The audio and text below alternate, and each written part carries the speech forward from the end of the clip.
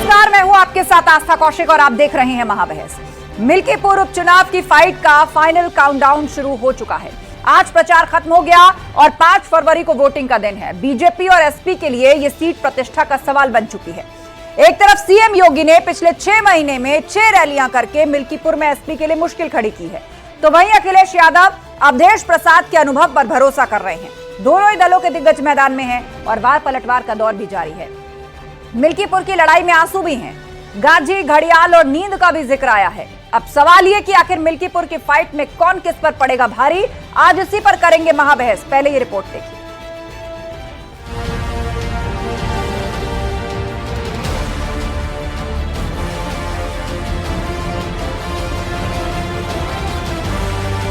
मिल्कीपुर की फाइट का final round.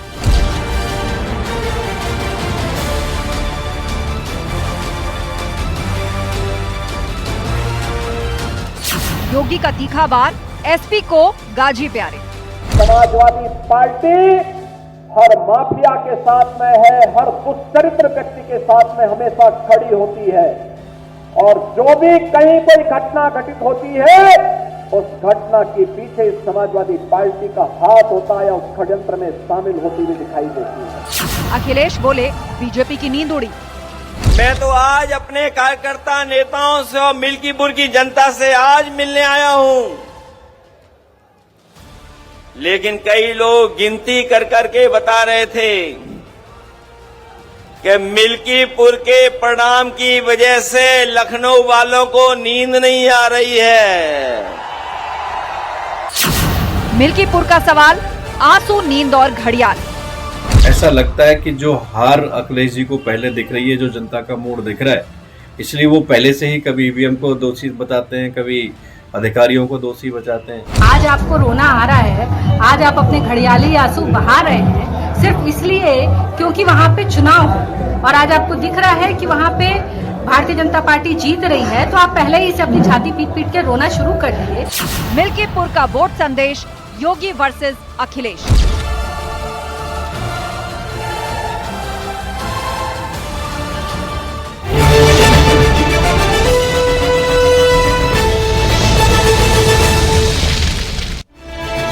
और वक्त महाबहस के सवालों का है जिन पर फोकस है आज की पूरी डिबेट। तो पहला सवाल आपके सामने रखने जा रहे हैं, मिल्कीपुर के फाइनल राउंड में कौन किस पर भारी। एक तरफ अवधेश प्रसाद का सियासी अनुभव, तो दूसरी तरफ बीजेपी का ग्राउंड वर्क। अब देखना होगा दोनों ने एक दूसरे के खिलाफ जो मुद्दे खड़े किए हैं उसमें कौन किस पर भारी पड़ता है। मिल्कीपुर की सियासत में आंसू, नींद और घड़ियाल। आपने देखा योगा किस तरह वहां से सांसद अवधेश प्रसाद रो उठे, वहां पर एक बच्ची के साथ दुष्कर्म हुआ, जिसके बाद वहां पर वार पलटवार की सियासत शुरू हो गई है और आंसुओं पर तंज कसे जा रहे हैं। मिल्कीपुर का वोट संदेश, योगी वर्सेस अखिलेश। तो ये मिल्कीपुर की जो लड़ाई है, ये बड़ा दिलचस्प चुनाव इसको माना जा रहा है। चर्चा के लिए हमारे साथ गेस्ट पैनल जुड़ चुका है। हमारे साथ अवधेश पांडे जी हैं, बीजेपी प्रवक्ता, फखरुल हसन जी हैं, सपा प्रवक्ता, प्रियंका गुप्ता जी जुड़ गई हैं, कांग्रेस की स्पोक्स पर्सन, सुनील चित्तौड़ जी हैं, प्रदेश अध्यक्ष एएसपी के से, परमवीर सिंह जी हैं, राजनीतिक विश्लेषक। आप सभी मेहमानों का स्वागत है इस शो पर। सबसे पहले रुक करते हैं अवधेश पांडे जी का। अवधेश पांडे जी बताइए, समाजवादी पार्टी लोकसभा चुनाव का आंकड़ा गिना के आपको घेर रही है और कह रही है कि मिल्कीपुर का यही संदेश है और बीजेपी घबराई हुई है। एक बार फिर से जनता जो है वो जवाब देने जा रही है। मिल्कीपुर के चुनाव का जो परिणाम होगा, इसकी गूंज बहुत दूर दूर तक जाएगी। निश्चित ही समाजवादी पार्टी की जमानत जब्त होगी और भारतीय जनता पार्टी एक बहुत बड़े अंतर से मिल्कीपुर का चुनाव जीतने जा रही है। जिस प्रकार से हिंदी फिल्मों के अंत में खलनायक के ड्रामे होते हैं और वो सब प्रकार के षड्यंत्र करता है, उसी तरह उसके बावजूद भी उसके साम्राज्य का पतन होता है और उसकी जो पाप की प्रायश्चित की बात होती है वो भी समाप्त होती है। ऐसा ही मिल्कीपुर में भी होने वाला है। जिस प्रकार से समाजवादी पार्टी के तथाकथित राजा अब तक यहाँ रेपिस्ट के साथ खड़े रहते थे, उसकी वकालत करते थे। 2 घटनाएं यहाँ पर हुई अयोध्या जिले के अंदर। उनकी पार्टी के नगर के अध्यक्ष मोहित खान ने निषाद बालिका के साथ गैंग रेप किया, तब वो मोहित खान के साथ खड़े थे, उसकी वकालत कर रहे थे। और मिल्कीपुर के रायपट्टी खटनासा के अंदर एक अनुसूचित समाज की बालिका के साथ दरिद्रगी हुई, रेप हुआ, तब भी वो मुस्लिम रेपिस्ट के साथ खड़े थे। और जब वो कैबिनेट मंत्री थे तब भी यहाँ रायपट्टी यहाँ जो है अमानीगंज में एक ललनत दुबे की बिटिया के साथ गैंगरेप और मर्डर हुआ लेकिन था। अवधेश जी सवाल ये भी किया जा रहा है कि वहां के सांसद अवधेश प्रसाद के अगर आंसू आ गए प्रेस कॉन्फ्रेंस में, तो आपके नेता उसे घड़ियाली आंसू क्यों कह रहे हैं? नहीं, वो ऐसे आंसू है जिसमें कोई पानी नहीं है। वो ऐसा ड्रामा चल रहा है, ऐसी नौटंकी वो चल रही है। शायद वो अपने पापों का प्रायश्चित सोच रहे होंगे कि हमसे जो पुराने जमाने में पाप हुए हैं और हमेशा हम रेपिस्ट के साथ खड़े रहते थे। फखरुल हसन जी, और जब फखरुल हसन जी, पूर्व की घटनाओं को बीजेपी याद दिला रही है और कह रही है जिस पर आरोप लगा या जिसका संबंध सपा से है उसके साथ खड़े रहे आप लोग। तो ऐसे में एक नाबालिग के साथ जो दुष्कर्म हुआ है उसके बाद इस तरह की बातें कैसे कर सकते हैं मंच से?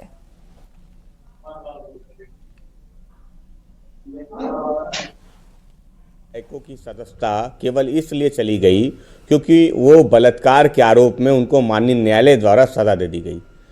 अभी समाजवादी पार्टी, भारतीय जनता पार्टी जिन मुद्दों को गिना रही थी, किसी भी मामले में माननीय न्यायालय द्वारा किसी को कोई सजा नहीं दी गई है। वो ट्रायल कोर्ट का मामला है, वो न्यायपालिका का मामला है, वो प्रोसीडिंग चल रही है कोर्ट की। भारतीय जनता पार्टी महिला सुरक्षा की बात कर रही है। आपके खुद के विधायक, मौजूदा विधायक जिनकी सदस्यता चली गई हो बलात्कार के आरोप में, आप बोल रहे हैं। देखिए बीच में दीक्षा जी ये नहीं बोलेंगे, बीच में नहीं बोलेंगे। जब ये बोल रहे हैं तो मैं सुन रहा हूँ। अवधेश पांडे जी, अभी तो मैंने बोलना शुरू किया है। एक बात पहले सब लोग 30 सेकंड में अपनी बात उतारने शुरू किए हैं। अभी सुनिए तो, अभी कपड़े बचेंगे नहीं आपके, रुकिए तो। बोलिए फखरुल जी, 30 सेकंड। अवधेश पांडे जी एक सेकंड देखिए, काउंटर करने का पूरा समय मिलेगा। एक बार सबकी बात सुन लेते हैं। मिल्कीपुर में समाजवादी पार्टी पहले भी चुनाव जीती थी और ये बाई इलेक्शन समाजवादी पार्टी के अयोध्या के सांसद की सीट जीतने से खाली हुई है। भाजपा कहां जीती थी? आप कहां खड़े हुए हैं मिल्कीपुर में? आप लोकसभा चुनाव में कहां खड़े हुए थे? तो सवाल ये है कि आपके पास मुद्दे क्या हैं? आप क्या जनता को बताने जा रहे हैं? अयोध्या में जिन लोगों का आपने अधिग्रहण किया, जमीनों का, घरों का, उनको आप मुआवजा नहीं दे पाए। आप किन मुद्दों के साथ, अगर अयोध्या की जनता के साथ भारतीय जनता पार्टी की सरकार में अन्याय हुआ है, अगर एक बेटी के साथ जिस तरीके की दरिंदगी, हैवानियत हुई है, अगर हम उस मुद्दे को उठा रहे हैं तो भारतीय जनता पार्टी को आखिर दर्द क्यों हो रहा है? अगर आपको दर्द नहीं होता है, एक दलित बेटी के साथ अन्याय होता है, अगर कुंभ में लोग जो हैं अपनी जान चली जाती है, अगर आपके दर्द नहीं होते हैं, आपकी संवेदनाएं मर गई हैं, तो समाजवादी पार्टी इसमें क्या कर सकती है? हम तो मुद्दे उठाएंगे। ये लोकतांत्रिक अधिकार है जो हमें देश की जनता ने दिया है, बाबा साहब के संविधान ने दिया है। इसलिए भारतीय जनता पार्टी महिला सुरक्षा की आप बात करेंगे तो अभी मैं गिनवाना शुरू करूंगा। चलिए ठीक है, दोबारा आपको मौका मिलेगा, एक दूसरे की बातों पर अपना वक्तव्य रखने का। प्रियंका गुप्ता जी, मैं उनको चर्चा में लाना चाहूंगी। फखरुल जी ठीक है, प्रियंका जी सवाल क्या है आपका? सवाल ये है कि अब मिल्कीपुर का जो रण है वो बहुत नजदीक आता जा रहा है और वहां पर जो घटना हुई उसके बाद से अब इशू बनाया जा रहा है कि महिलाओं के कौन साथ है, महिलाओं के कौन खिलाफ है, महिलाओं के न्याय के कौन साथ है, कौन खिलाफ है। इसे लेकर बीजेपी और सपा, जो आपकी सहयोगी पार्टी, एक दूसरे पर वार पलटवार कर रहे हैं। देखिए आस्था जी, एक दुखद घटना है और मुझे लगता है उसका राजनीतिकरण जिस तरह से भारतीय जनता पार्टी ने किया है वो काफी शर्मिंदगीपूर्ण।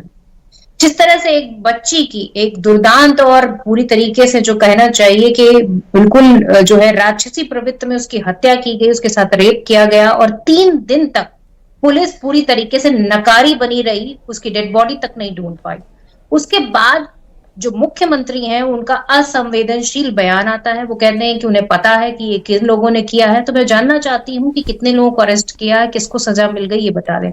और अगर मुख्यमंत्री जी को ये पता है तो फिर मुख्यमंत्री जी ने पहले क्यों नहीं इस पर कोई संज्ञान लिया? वाकई में मुख्यमंत्री जी ने जिस तरह से अयोध्या के सांसद के लिए जो शब्द इस्तेमाल किए, मैं उनको दोहराना नहीं चाहती, पर ये वाकई में पूरी तरीके से एक समाज का अपमान है, एक व्यक्ति का अपमान है, एक संसदीय पोस्ट का अपमान है। तो मुझे लगता है कि इस तरह की जो व्यवहार और इस तरह का जो वक्तव्य मुख्यमंत्री जी दे रहे हैं वो अपने आप में सवालिया निशान है कि मुख्यमंत्री जी किस भाषा का इस्तेमाल कर रहे हैं। उस भाषा का इस्तेमाल तो हम और आप अपने बच्चों को भी नहीं करते होंगे, क्योंकि वास्तविकता ये है कि राजनीति और चुनाव तो आते जाते रहेंगे, पर एक महिला की अस्मिता, एक बच्ची की अस्मिता ज्यादा इंपॉर्टेंट है रादर देन एक राजनीति की। अगर कोई व्यक्ति उसके लिए रोता है या आंसू बहाता है तो मैं नहीं कहती इससे पहले कि आपके मंत्री भी तो आंसू बहा रहे थे। तब भी तो ये नहीं कहा गया, किसी ने ये तक नहीं कहा होगा कि नौटंकी। ठीक है प्रियंका जी, मुझे लगता है कि आप सुनील चित्तौड़ जी, आंसू, घड़ियाली आंसू, गाजी, ये सारी चीजें जो हैं, ये सारे शब्द और ये सारे मुद्दे मिल्कीपुर के चुनाव में सुनाई दे रहे हैं। मैं सबसे पहले न्यूज 18 का धन्यवाद करता हूं। यह आपने जो बलात्कार की घटना घटी और मिल्कीपुर विधानसभा के उपचुनाव के समय जनता के बीच में जनता के लिए संदेश देने का काम कर रही हैं। देखिए, जो घटना घटी है मिल्कीपुर में 3 दिन पहले बलात्कार की, ये इस प्रकार की जो विभत्स घटनाएं हैं लगातार कहीं ना कहीं उत्तर प्रदेश और देश के प्रत्येक शहर में कहीं ना कहीं देखने को मिल रही है, सुनने को मिल रही है। इन घटनाओं में प्रत्येक दिन इजाफा हो रहा है, क्योंकि जो घटना करने वाले लोग हैं, जो जालिम लोग हैं, उनको तुरंत सजा नहीं मिलती है। उन्हें गिरफ्तार करने में 8-8, 10-10 दिन का समय लेते हैं लोग, और आनन फानन में गिरफ्तारी भी करते हैं तो गलत लोगों की कर देते हैं, क्योंकि सत्ता में बैठे हुए लोग उनका संरक्षण करते हैं। तो मैं तो इस संबंध में यही कहना चाहूंगा कि सरकार को ध्यान देना चाहिए, इस प्रकार की घटनाएं ना हो। घटनाएं होने के बाद इतनी सख्त सजा मिलनी चाहिए कि जो अपराधी हैं वो कभी सपने में भी नहीं सोचे हैं कि इस प्रकार की घटनाएं की जाए। ठीक है, परमवीर सिंह जी हमारे बीच में, राजनीतिक विश्लेषक। परमवीर सिंह जी, आपको क्या लग रहा है मिल्कीपुर का चुनाव पूर्व में, अभी देखिए जिन मुद्दों पर लोग जिक्र करते रहे, अब उसमें क्या कोई नया मुद्दा जुड़ गया है या इसके इर्द गिर्द घूम गया है?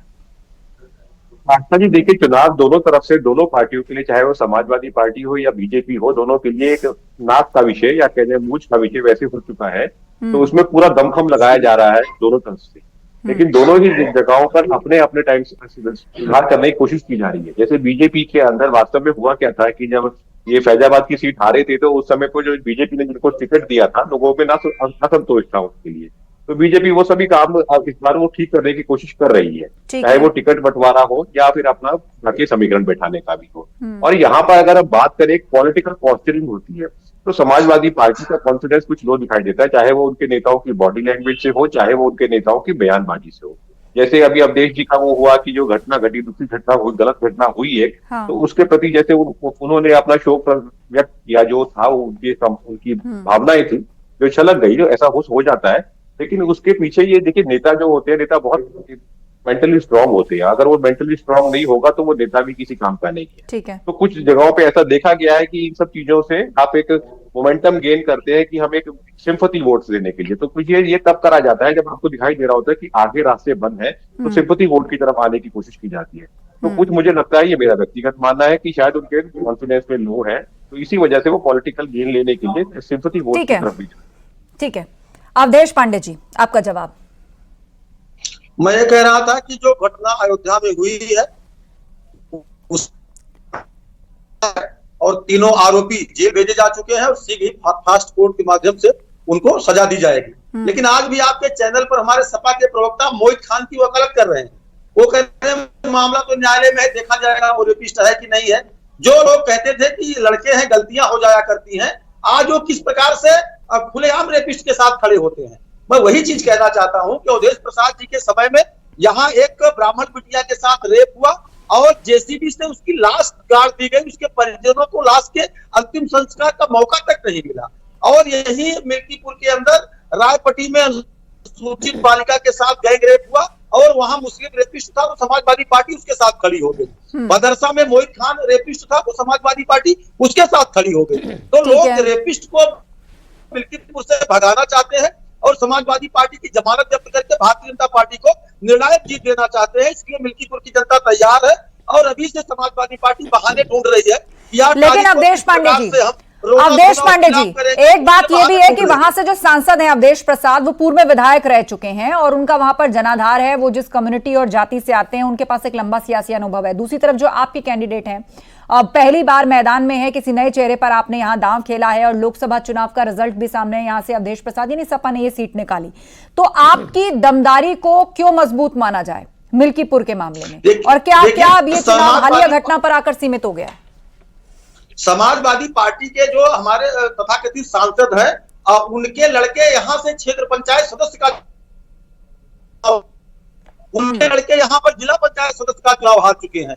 वो एक दागी और पराजित प्रत्याशी का चेहरा लेकर के घूम रहे हैं।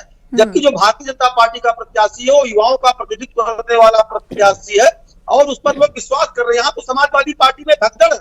समाजवादी पार्टी का टिकट मांगने वाला आम नौजवान जो सूरज चौधरी था वो समाजवादी पार्टी से निकल करके एक दूसरे राजनीतिक दल से चुनाव लड़ रहा है। यहाँ का चुनाव परिवारवाद बनाम राष्ट्रवाद हो रहा है। ठीक है फखरुल हसन जी, चुनाव जो हो रहा है परिवारवाद बनाम राष्ट्रवाद। जब से मिल्कीपुर में चुनाव अनाउंस हुए हैं, बीजेपी इस मुद्दे के इर्द गिर्द आपको लेकर आना चाहती है। देखिए, हम चिन्मयानंद की बात नहीं करेंगे, हम कुलदीप सेंगर की बात नहीं करेंगे, हम बीएचयू के आरोपियों की बात नहीं करेंगे, हम भारतीय जनता पार्टी के बहुत से विधायकों की बात नहीं करेंगे जिनकी सदस्यता बलात्कार के मामलों में चली गई। हम बात करते हैं मिल्कीपुर की, क्योंकि महिला सुरक्षा पे बात करना भारतीय जनता पार्टी से बेईमानी होगी। तो अरे सुन लीजिए, इतना क्यों परेशान होते हैं, जैसे ही बोलने से लगते हैं विचलित हो जाते हैं आप। और दूसरी चीज आपने कहा कि हमारा प्रत्याशी उस पे आरोप है वो चुनाव नहीं जीत पाया। अपने वक्त में बात रखिए। आपका जो प्रत्याशी है, जो आपका प्रत्याशी है, वो तो पता चला है कि वो तो दिल्ली से आदेश आया था कि ये प्रत्याशी होगा। वो तो उत्तर प्रदेश वालों का प्रत्याशी भी नहीं है, ये भी जानकारी है। वो तो प्रत्याशी ही गुजरात से डिक्लेयर हुआ है। तो आप पता नहीं कि आप यूपी वाले लड़ाओगे नहीं लड़ाओगे, इसलिए आप अपनी चिंता करो। समाजवादी पार्टी लगातार अपने जो जनता के बीच में है, हमारे सांसद जनता के बीच में है, हमारा विधायक प्रत्याशी जनता के बीच में, आदरणीय डिंपल यादव जी, आदरणीय अखिलेश यादव जी वहां प्रचार करने गए थे। जो जीत का अंतर होगा वो बहुत भारी होगा। आपकी सरकारी मशीनरी का दुरुपयोग, आपके वोटर्स को रोकने का दुरुपयोग। अब फखरुल जी, जब आप इस तरह की बातें करते हैं ना, तो ये भी भाजपा की तरफ से कहा जाता है, देखिए हार से पहले इन्होंने गिनाना शुरू कर दिया कि बाद में क्या कहना है। हार से पहले रोना शुरू कर दिया, चाहे वो ईवीएम हो, चाहे वो अधिकारी हो, जोर जबरदस्ती, लोगों को रोका गया, वोटर्स को रोका गया, यही सारी चीजें। नहीं आस्था जी, हमारे नेता आदरणीय अखिलेश यादव जी ने 1 महीना डिक्लेयर हुआ था तभी कह दिया था कि कार्यकर्ता नेता तैयार रहे, भारतीय जनता पार्टी अगर असंवैधानिक लोकतांत्रिक तरीके से वोटर्स को रोकने का काम करेगी तो समाजवादी पार्टी के पास लोकतांत्रिक अधिकार है, बाबा साहब का संविधान है। हम हर वो काम करेंगे जिससे मतदाता मतदान स्थल तक पहुंच सके। भारतीय जनता पार्टी की कोई साजिश, कोई सरकारी मशीनरी का दुरुपयोग जनता की आवाज को नहीं रोक सकता, मतदाताओं को नहीं रोक सकता। अवधेश जी, देखिए यहाँ पर निष्पक्ष चुनाव हो रहे हैं, समाजवादी पार्टी में भगदड़ है, मैं कह रहा हूँ। और समाजवादी पार्टी की आज अखिलेश यादव जी की रैली विफलाप तो साबित हुई है। जिस प्रकार से यहाँ आम जनमानस विकास के साथ, सुशासन के साथ, गरीब कल्याण की नीतियों के साथ, सनातन और विकास के साथ और अयोध्या के गरिमा के साथ खड़ा हुआ है, तो यहाँ समाजवादी पार्टी की जमानत जब्त होने वाली है। अभी ये कुदुर्की का याद कर ले, कुदुर्की के परिणाम से अब ये समझ नहीं पा रहे हैं कि हम किस तरफ जाएं। अभी लोकसभा जिस प्रकार से महाकुंभ में साजिश की बू आ रही है और किस प्रकार से वो भी घटना का पर्दाफाश होने वाला है। ये लोग जो लगातार जहां सरकार की नाकामी होती है वहां साजिश हो खड़े होते थे, जहां जो हमारे जो पिछड़ों के दलितों के प्रतीक थे उनकी इन्होंने खिलाफत की, तो मिल्की पुल का परिणाम जो है वो अखिलेश की ताबूत में अंतिम कील ठोकने वाला होगा। हमारे बीच में देखिए, हाँ बोलिए फखरुल जी। देखिए आस्था जी, ये भारतीय जनता पार्टी वहां से चुनाव जीती नहीं, लोकसभा चुनाव वहां से हार गई, लेकिन ये परेशान है अयोध्या के लोग, उनको मुआवजा नहीं मिला। वो परेशान है जो निवासी अयोध्या के उनके साथ क्या व्यवहार किया। भारतीय जनता पार्टी के लोगों ने गरीबों की, किसानों की जमीनों को खरीदने का सौदा किया, सस्ते दामों में अयोध्या में जमीनें खरीदी, जमीनों की लूट बचाने का काम किया। आपको जनता वोट देगी ना, लोकसभा में आपको वोट मिला है ना विधानसभा के उपचुनाव में वोट मिलने जा रहा है। और जितनी साजिश कर ले, जितना लाठी पटक ले, कुछ होने वाला नहीं। जब जनता मन बना लेती है तो परिवर्तन हो जाता है। और आप चुनाव ना लोकसभा जीते थे, ना 22 का विधानसभा चुनाव जीते थे, ना ये बाई इलेक्शन जीतने जा रहे हो। जितनी कोशिश करना हो कर ले, जितना सरकारी मशीनरी का चुनाव इस्तेमाल करना हो कर ले। ये चुनाव तो ऐसे भाजपा से नहीं है, ये तो सरकारी मशीनरी वर्सेस मतदाताओं के बीच में। ये तो आप है ही नहीं कहीं लड़ाई में, आप तो चुनाव ही नहीं लड़ते हो। तो सरकारी मशीनरी चुनाव लड़ती है, मतदाता चुनाव लड़ेगा, आप तो कहीं हो ही नहीं। आप तो चुनाव हो ही नहीं, हम फिर भी चुनाव जीतेंगे और भारी अंतर से चुनाव जीतेंगे। आप तो चुनाव लड़ ही नहीं रहे हो। आप गुजरात का प्रत्याशी संभालो साहब, आप गुजरात का प्रत्याशी संभालो, कितने लोग लड़ा रहे पहले वो तय करो। गुजरात में से जो तय होकर प्रत्याशी आया उसको लड़ा कौन है? उत्तर प्रदेश वाला। हमारा प्रत्याशी करने वाला उत्तर प्रदेश से चुनाव लड़ा है गुजरात के प्रत्याशी है। गुजरात से तय हुआ प्रत्याशी भाजपा को हजम नहीं हो रहा है। एक सेकंड, आप हार रहे हो, आपसे वाद विवाद में आज नहीं करोगे, 8 तारीख को करोगे। परिवारवाद को जनता ने यहाँ पर अस्वीकार कर दिया है। जिस प्रकार से कटेरी में कमल खिला, ये परिवारवाद तो राजनीति की सीमाओं। एक सेकंड चलिए, आपसे वाद विवाद से बाहर निकलते हैं। मैं फिर लौटूंगी आप दोनों के पास। डॉक्टर परमवीर सिंह हमारे बीच में, राजनीतिक विश्लेषक। परमवीर जी, इसमें कोई दो राय नहीं कि बहुत ही दिलचस्प चुनाव होने जा रहा है, लेकिन हालिया जो घटना हुई है, चाहे महाकुंभ में भगदड़ की घटना हो, आप देखिए विपक्ष ने उसको बड़ा मुद्दा बनाया है। अयोध्या में घटना घटित हुई, उस मुद्दे को बड़ा बनाया है। तो मुझे बताइए कि मिल्कीपुर के चुनाव में कौन से मुद्दे ज्यादा प्रभावी रहेंगे? अभी कुछ दिन पहले मुझे अवसर मिला था अयोध्या जी जाने का, तो वहां पर हमने देखा जिस तरीके से चाहे सड़कों का हाईवेज बनाने की बात हो या अयोध्या का जो डेवलपमेंट होता है, मुझे भी ध्यान है अच्छे से। एक सेकंड रुकिए सुनील जी, परमवीर जी बात पूरी कर लें, उसके बाद मैं आपका रुख करूंगी। बोले परमवीर जी। ठीक है, धन्यवाद। अच्छा जी, चाहे तो अयोध्या की तरफ हम देखें, अयोध्या का पर्सनल विकास अगर हम देखें, चाहे सड़कों का जाल देखें, तो वहां पर ये आके चलती है देखने की। इसमें कोई हाथ कंगन को आरसी क्या, पढ़े लिखे को आरसी क्या, इसमें किसी विश्लेषक की आवश्यकता नहीं है। जो कोई भी जाएगा वहां जाकर देखता है। लेकिन मैं एक बात यहाँ पे पॉइंट आउट करूंगा, चाहे मिल्कीपुर की बात हो या पूरे अवध क्षेत्र की बात हो या पूर्वांचल की बात हो, यहाँ का वोटर जो होता है वो पॉलिटिकली बहुत स्मार्ट होता है। स्मार्ट माने कि वो बार्गेन करने की ताकत रखता है कि हम आपको वोट देंगे, इसके बदले में आप हमें क्या देने वाले हैं। चाहे मिल्कीपुर की बात हम करें, 2007 में जब बसपा जीती थी या उससे पहले कांग्रेस का राजनीति, मैंने भी रिसर्च करी थी, उस समय पर भी पॉलिटिकली बार्गेन करने में वोटर बहुत एक्टिव होता है। इस बार भी ये पॉलिटिकल बार्गेन जातीय रूप से किया जाता है कि ब्राह्मण इतना वोट है, कि ब्राह्मण आपके जाने वाला है तो आप क्या करने वाले हैं, दलित वोट है वो जाने वाला तो क्या करने वाले, यहाँ तक वोट है। इस बार समाजवादी पार्टी के सामने प्रॉब्लम्स आएंगी कि जो वोट बैंक की ये सोशल ग्रुप बोला जाए अगर इनको यहाँ पर इस समय, कि जो सोशल ग्रुप है वो उस बार्गेन में है कि सिर्फ आप लोग हमें दिल्ली के तरीके से, कि आप लोग हमें सिर्फ ये बोलते रहते हैं कि हमें काम नहीं करने, सरकारी मशीनरी हमारे खिलाफ है। तो इस तरीके से विकास नहीं हो सकता है कि हमारा विकास रुक जाएगा। तो इस विकास का मुद्दा इस बार ठीक है थोड़ा वहां पर अंडर करंट दिखाई देता है। हाँ, ठीक है, वो बदलाव चाहते हैं। सुनील जी। मिल्कीपुर विधानसभा के उपचुनाव में मैं वहां 6 दिन रहा, और उस बीच में हमारी पार्टी के राष्ट्रीय अध्यक्ष आदरणीय भाई एडवोकेट चंद्रशेखर आजाद जी उपस्थित हुए। उनकी एक बड़ी जनसभा हुई, और वहां के लोगों का ऐसा मानना है कि गरीब कमजोर बहन बेटियों के साथ बलात्कार की घटनाएं हो, या कमजोर लोगों की हत्याएं हो, या महान पुरुषों की मूर्तियों को खंडित करने की बात हो, तो कभी भी ये जो कांग्रेस पार्टी है, भारतीय जनता पार्टी है, समाजवादी पार्टी है, इन पार्टियों के लोगों ने कभी भी इन घटनाओं के लेके विशेष कोई योजनाएं नहीं बनाई कि इन घटनाओं को रोका जाए। पिछले 10 साल से भीम आर्मी के चीफ और आजाद समाज पार्टी के राष्ट्रीय अध्यक्ष एडवोकेट भाई चंद्रशेखर जी कमजोर वर्ग की बहन बेटियों के साथ जहां जहां भी अत्याचार हुआ, अन्याय हुआ, या कमजोर वर्ग के लोगों पर उत्पीड़न हुआ, शोषण हुआ, या खिलाड़ी और किसानों के साथ उत्पीड़न शोषण हुआ, तो 10 साल से वो लगातार संघर्ष करते रहे, लोगों के दुख दर्द में शामिल होते रहे। इसका प्रभाव पूरे देश के अंदर और मिल्कीपुर विधानसभा के गांव गली और घर घर में है। बड़ी संख्या में युवा वहां आए और सबने ये संकल्प लिया हाथ उठाकर कि हम आने वाली 5 तारीख को अपने परिवार से, अपने मोहल्ले से, अपने गांव से आजाद समाज पार्टी के लिए चुनाव चिन्ह केतली का बटन दबाकर बड़ी तादाद में वोट डलवाने का काम करेंगे। क्योंकि दूसरी पार्टियों को हमने लंबे समय से देखा है, अब यहाँ जाति के आधार पर वोट नहीं पड़ेगा। जिस पार्टी का लेकिन आप इस बात को कह रहे हैं, पर आप देखिए अयोध्या में जो दोनों ही उम्मीदवार हैं, बीजेपी और सपा के, दोनों एक ही कम्युनिटी से आते हैं, यानी ये फैक्टर है ना कहीं। अब वहाँ जाति के आधार पर निर्णय नहीं हो रहा है, वहाँ निर्णय हो रहा है कि किस पार्टी का नेता जनता के साथ खड़ा है, संघर्ष कर रहा है। और संघर्ष की इस मामले में सबसे आगे एडवोकेट भाई चंद्रशेखर आजाद हैं।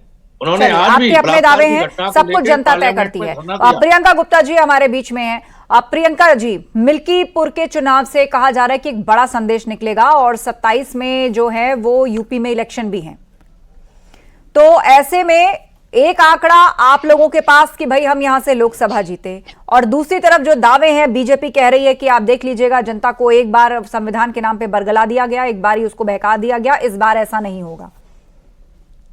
आस्था जी, मैं ये कहना चाहूंगी कि 2024 में लोकसभा के चुनाव ने ये बता दिया कि भारतीय जनता पार्टी के पैरों के नीचे जमीन नहीं है, फिर भी नहीं, यकीन नहीं है। अब आप देखिए कि आज जो संसद में मुद्दा उठाया गया वो ये था कि महाराष्ट्र चुनाव में पिछले 5 साल में जितने वोटर नहीं बढ़े उतने सिर्फ 5 महीने में बढ़ गए। 70 लाख के करीब वोटर बढ़ गए, जितने जो है आबादी है हिमाचल की। मैं पूछना चाहती हूँ कि ये कैसे बढ़ गए भाई?